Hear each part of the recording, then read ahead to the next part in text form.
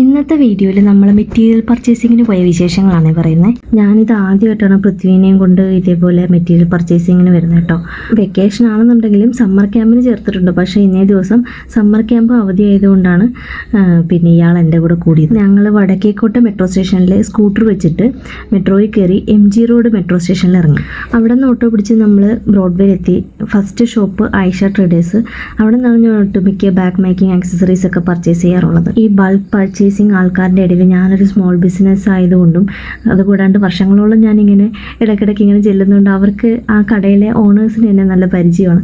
അപ്പോൾ അതേപോലെ first time ഞാൻ പൃഥ്വിനെയും കൊണ്ട് ചെന്നപ്പോൾ ഞാൻ അവരെയൊക്കെ പരിചയപ്പെടുത്തി. നെക്സ്റ്റ് ഷോപ്പ് എന്ന് പറയുന്നത് ഏഷ്യൻ ട്രേഡേഴ്സാണ്. അവിടെ ഒട്ടുമിക്ക ടൈലറിങ് ആക്സസറീസ് എല്ലാം കിട്ടുന്ന ഷോപ്പാണ്. അവിടുന്ന് ഞാൻ ക്യാൻവാസ് സ്റ്റിഫാണ് പർച്ചേസ് ചെയ്യാറ്. പിന്നെ വന്നിട്ട് മൂന്നാമത്തെ ഷോപ്പ്, അവിടെ പാക്കേജിങ് എസെൻഷ്യൽസ് ഒക്കെ അവൈലബിൾ ആണ്. സിലോൺ ഹൗസ് എന്നാണ് അതിൻ്റെ പേര്. സാധാരണ ഇവന് ഇൻട്രസ്റ്റിംഗ് അല്ലാത്ത ഏതെങ്കിലും സ്ഥലത്തൊക്കെ പോകുമ്പം അവന് ദേഷ്യം വരാറുണ്ട് കുറച്ച് കഴിയുമ്പോഴത്തേക്കും. പക്ഷേ ഇന്നെന്തോ അവൻ പ്രശ്നങ്ങളൊന്നും ഉണ്ടാക്കാണ്ട് പർച്ചേസിങ് തീരുന്നത് വരെ എൻ്റെ കൂടെ നല്ല കുട്ടിയായിട്ട് നിന്നു കേട്ടോ. അങ്ങനെ ഉച്ചയ്ക്ക് മുന്നേ തന്നെ പർച്ചേസിങ് എല്ലാം കഴിഞ്ഞ് തിരിച്ച് ഓട്ടോയിൽ കയറി ഞങ്ങൾ മെട്രോ സ്റ്റേഷനിലേക്ക് എത്തി.